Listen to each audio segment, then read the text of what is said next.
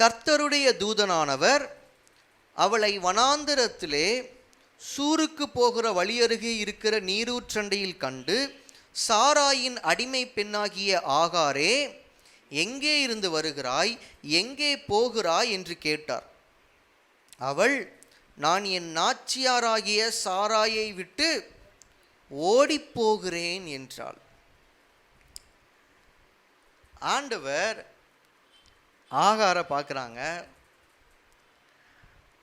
ஆகாருக்கு தான் ஆண்டவர் ஃபஸ்ட் டைமை தவிர ஆண்டவருக்கு ஆகார் ஃபஸ்ட் டைம் இல்லை. இவங்களை பற்றி எல்லா டீட்டெயில்ஸும் ஆண்டவருக்கு தெரிஞ்சிருக்கு. இவங்க பேர் தெரிஞ்சிருக்கு,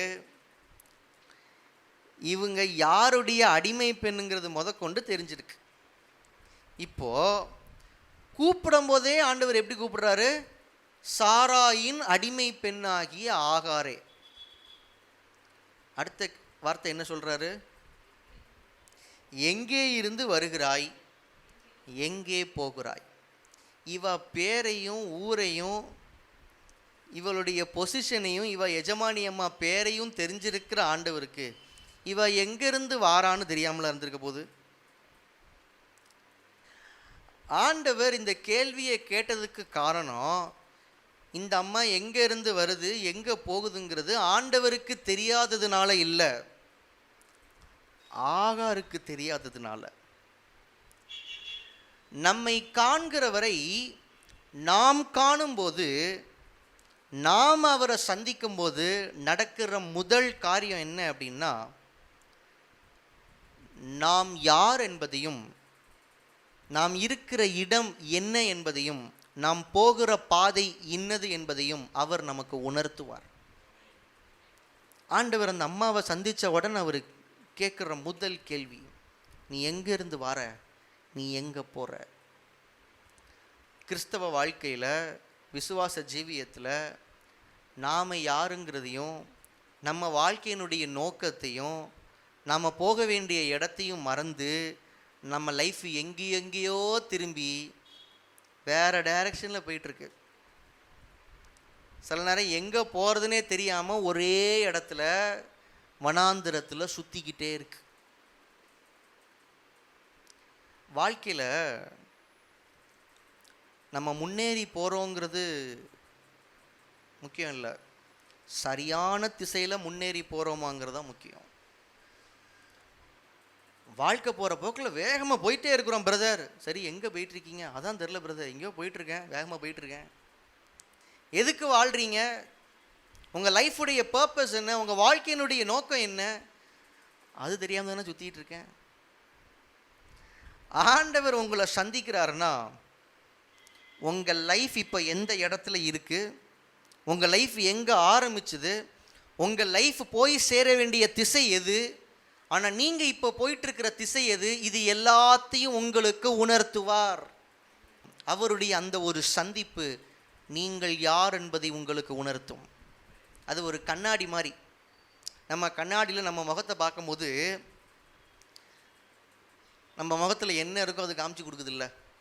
நம்ம முகத்தில் வலது பக்கம் ஒரு பரு இருந்தால் கண்ணாடியில் பார்க்கும்போதும் அது தெரியுது. நம்ம தலையை சீவும் போது 2 முடி மட்டும் இப்படி நிற்குதுன்னு வைங்க, கண்ணாடியில் பார்க்கும்போது இங்கே இருக்கிறத அது அங்கே காமிக்கும். பார்த்தவொன்னே என்ன பண்ணுறோம், இது என்ன தனியாக நின்றுட்டுருக்கு அப்படின்னு நம்மளே.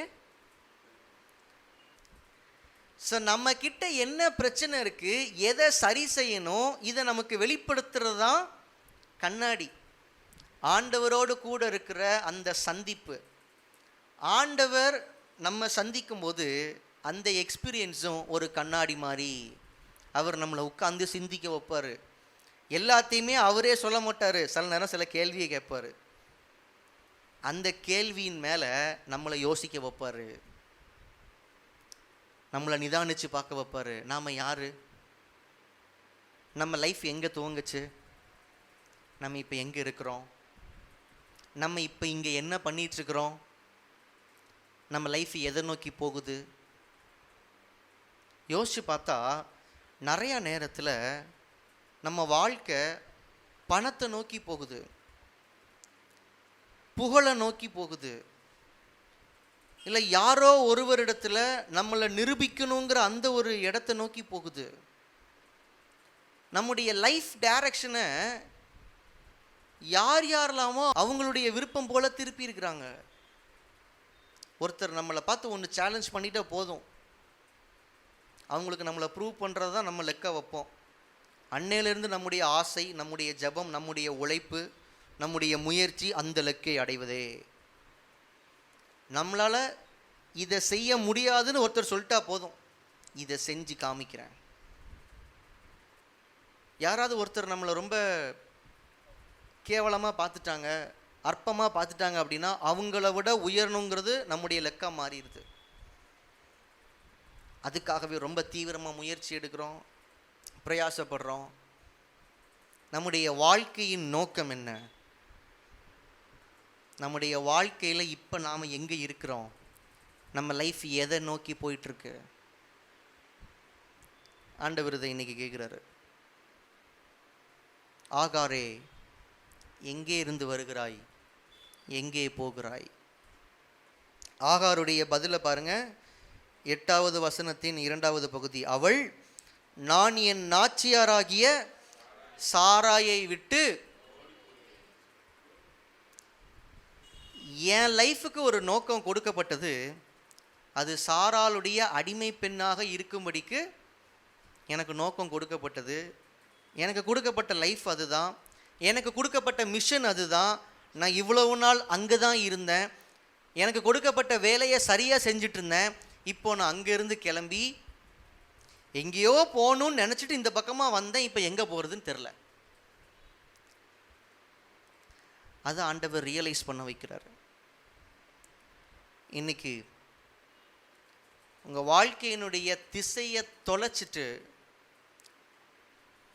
சம்பந்தம் இல்லாத ஒரு இடத்துல நீங்கள் ஒருவேளை சுற்றிட்டு இருக்கிறீங்கன்னா, அல்லது தவறான ஒரு பாதையில் தவறான திசையில் நீங்கள் பயணம் பண்ணி போயிட்டுருக்கிறீங்க அப்படின்னா, கர்த்தர் உங்களை சந்தித்து நீங்கள் யார் என்பதை, அவர் உங்களுக்கு கொடுத்திருக்கிற இடம் என்ன என்பதை, நீங்கள் போக வேண்டிய இடம் என்னது என்பதை உங்களுக்கு உணர்த்துகிற ஒரு சந்திப்பாக இந்த லகாய் ரோயி உங்களுக்கு இருக்கட்டும். ஹல்லேலூயா, ஹல்லேலூயா.